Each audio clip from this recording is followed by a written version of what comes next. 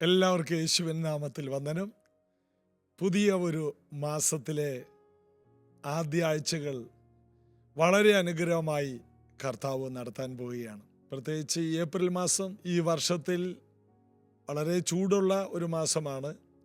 എല്ലാ നിലയിലും ചൂട് പിടിച്ചിരിക്കുകയാണ്. ഇലക്ഷൻ്റെ ചൂടുണ്ട്, അതുകൂടാതെ കാലാവസ്ഥയിൽ വലിയ ചൂട് അനുഭവിക്കുന്നു.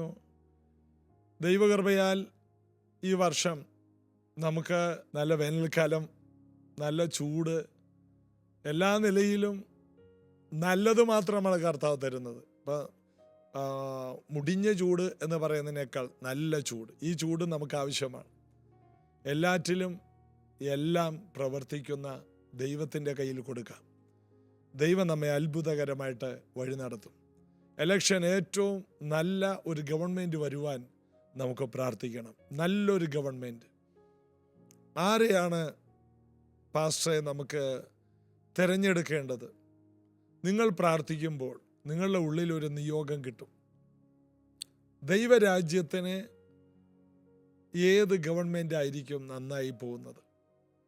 ദൈവസഭകൾക്ക് ആരായിരിക്കും ഉത്തമമാകുന്നത്? കർത്താവിൻ്റെ രാജ്യത്തെ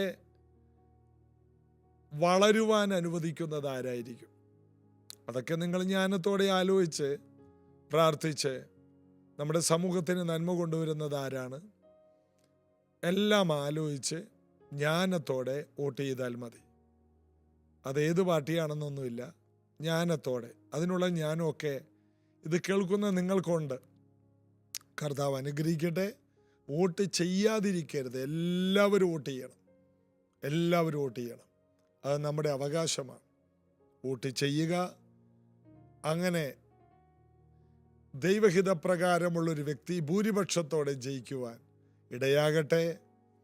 നിങ്ങളുടെ ദേശത്ത് നല്ല പുരോഗമന ചിന്താഗതിയുള്ള ഒരാൾ തിരഞ്ഞെടുക്കപ്പെടട്ടെ. God bless you.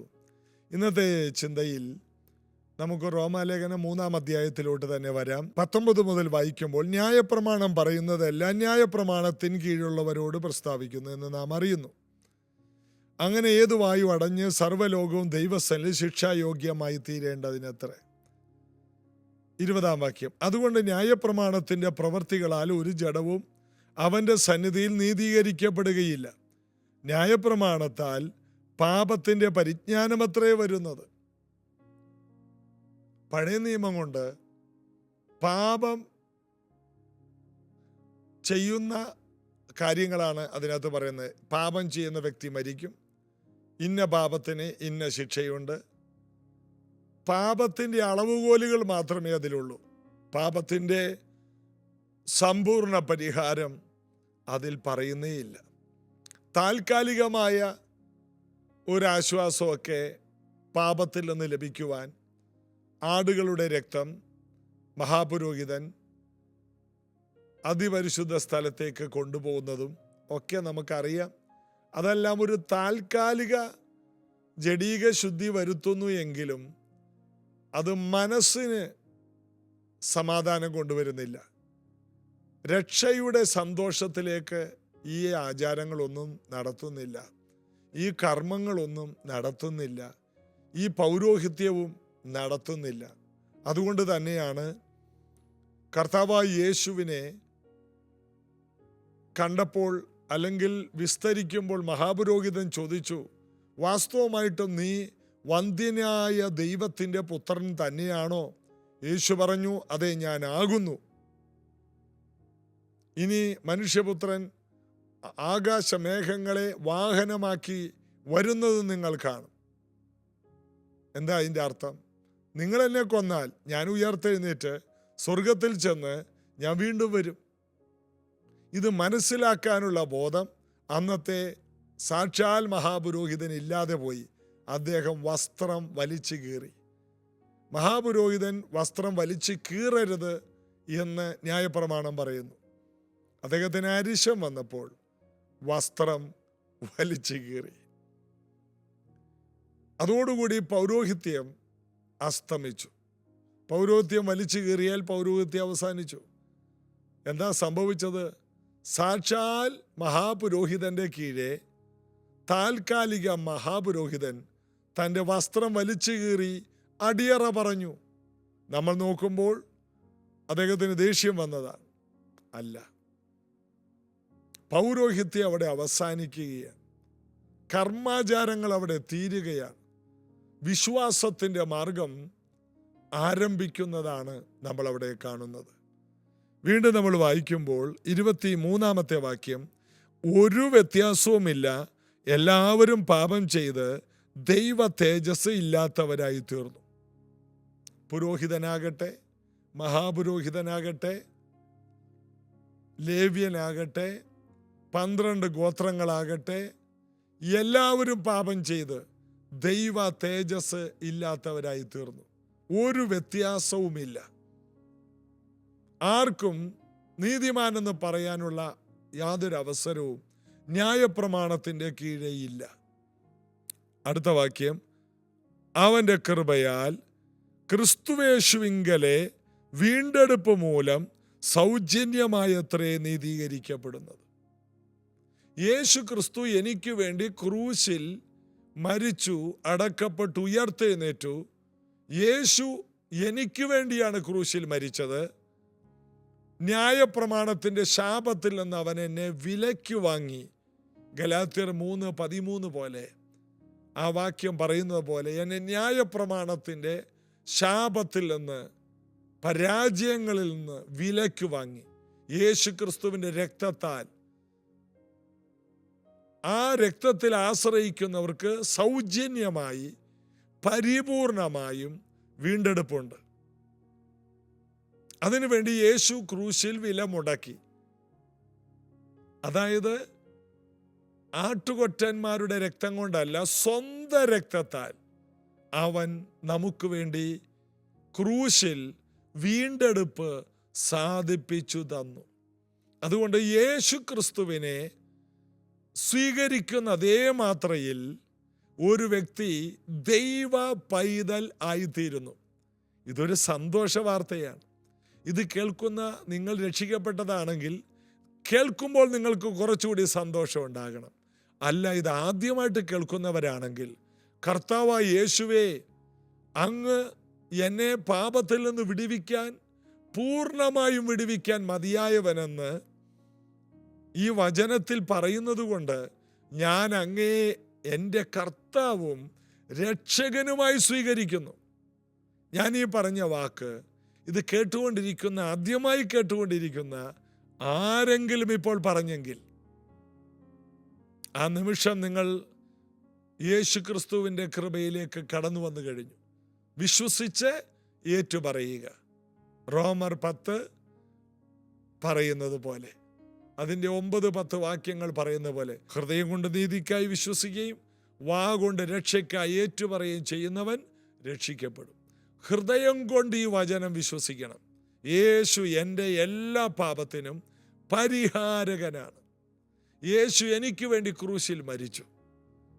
അവൻ്റെ രക്തം കൊണ്ട് എനിക്ക് വീണ്ടെടുപ്പുണ്ട്.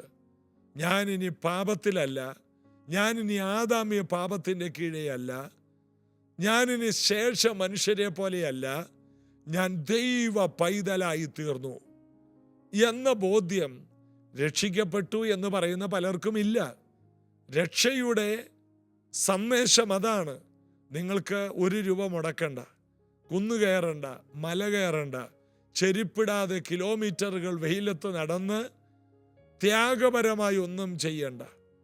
തല ഇന്ന സ്ഥലത്ത് പോയി മുണ്ടനം ചെയ്യണ്ട. ഇന്ന പുണ്യ നദിയിൽ പോയി ഇത്ര പ്രാവശ്യം മുങ്ങുന്ന പരിപാടിയും വേണ്ട. ഒരു രാജ്യത്തും പുണ്യ സ്ഥലമില്ല. പുണ്യ തീർത്ഥമെന്ന ഒരു പുണ്യ തീർത്ഥം ഈ ഭൂമിയിലില്ല. പാപലോകത്തിൽ പുണ്യ നദികൾ ഇല്ല.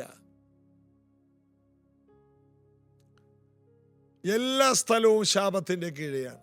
പിന്നെ എവിടെ പോയാണ് മോചനം പ്രാപിക്കുന്നത്? മോചനമൊന്നും പ്രാപിക്കാൻ ഭൂമിയിൽ ഒരു സ്ഥലവുമില്ല. ഒറ്റ മാർഗം, നാം രക്ഷിക്കപ്പെടുവാൻ ആകാശത്തിൻ്റെ കീഴെ മനുഷ്യരുടെ ഇടയിൽ യേശുവിൻ്റെ നാമം അല്ലാതെ വേറൊരു നാമമില്ല.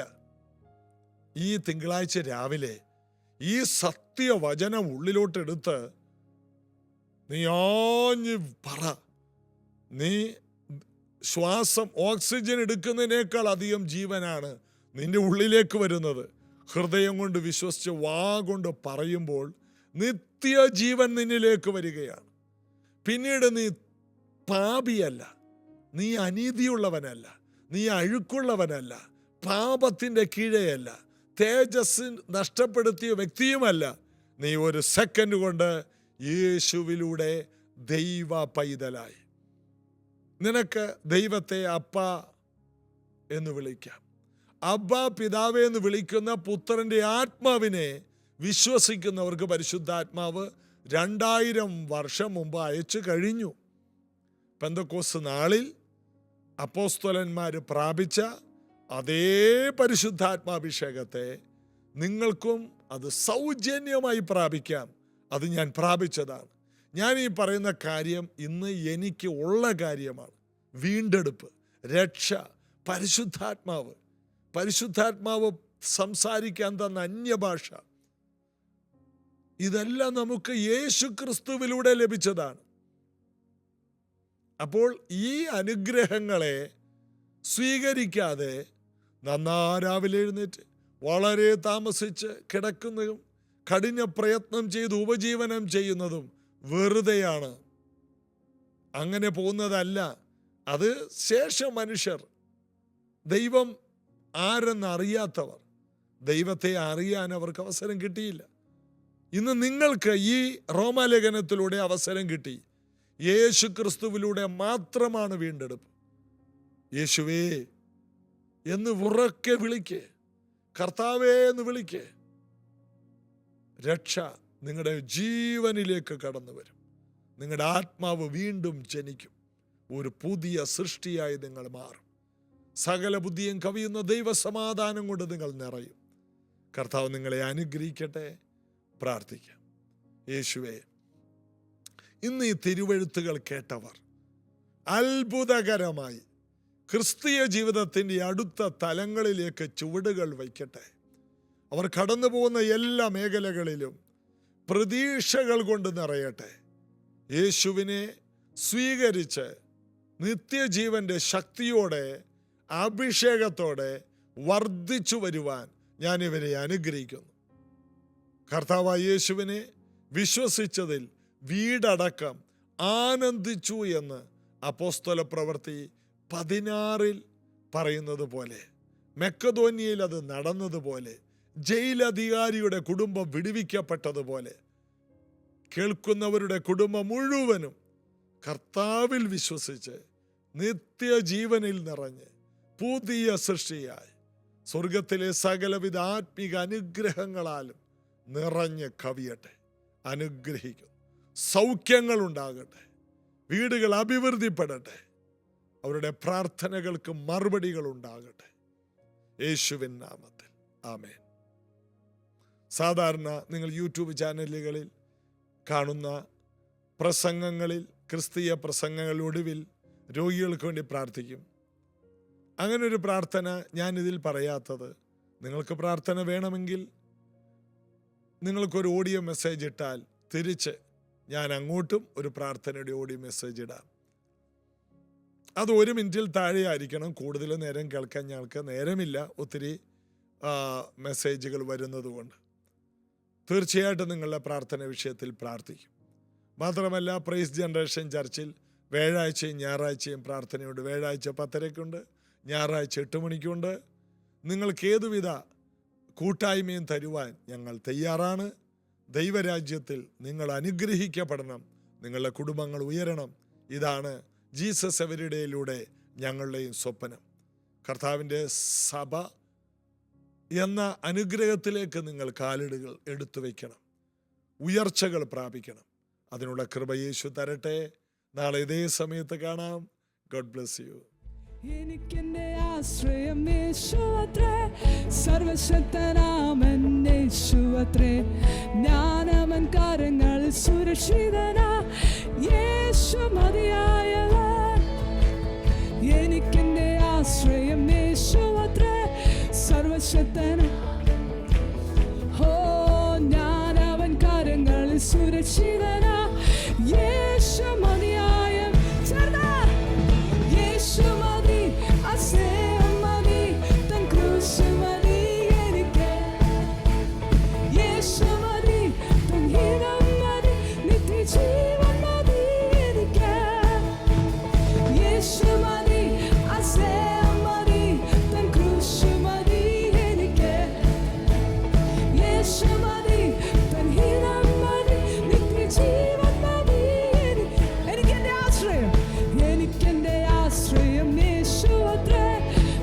സർവശക്തനാമൻ യേശുവത്രേ ഞാൻ അവൻ കരങ്ങളിൽ സുരക്ഷിതനാ യേശു മതിയായവൻ എനിക്കെന്റെ ആശ്രയം യേശുവത്രേ സർവശക്തനാമൻ യേശു ഞാൻ അവൻ കരങ്ങളിൽ സുരക്ഷിതനാ